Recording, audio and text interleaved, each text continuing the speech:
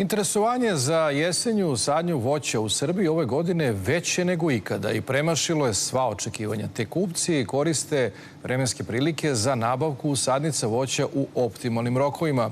Naša novinarka Milana Sokić proveravala je kakva je situacija u zapadnoj Srbiji.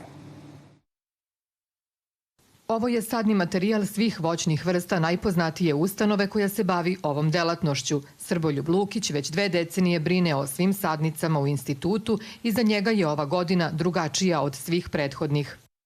Kao ove sezone nikad se više sadnica ovih nisam navadio, spakovao i prodao. Znači ljudi uzimaju na veliko 100, 200 do 500 i uzimaju ljubitelji amateri, šarenoliko, znači od svih sorti po 1, 2.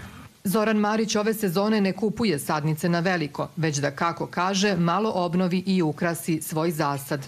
Ja sam došao da uzem neku kajsiju, neku šljivu, neku jabuku i da posadim to na placu. Nemoj mi zaboraviti, druže, i lešnik. Kod vas baš se šarenoliko? Pa to volimo to da imamo na placu, da se ubere, što kaže, sa svoje grane.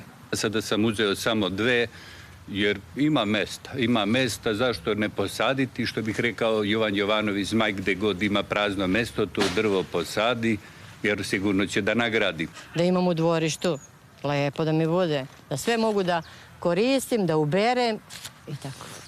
A ne prskam, da bude to sve zdravo. Posle nekoliko godina smanjene tražnje, ova je pokazala značajan napredak i sve sorte voća su u opticaju.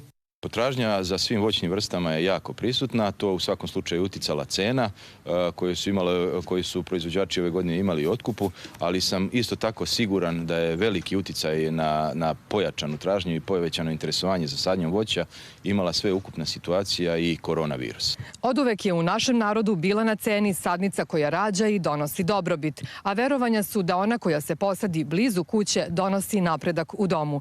Za vesti B92, Milana Sokić.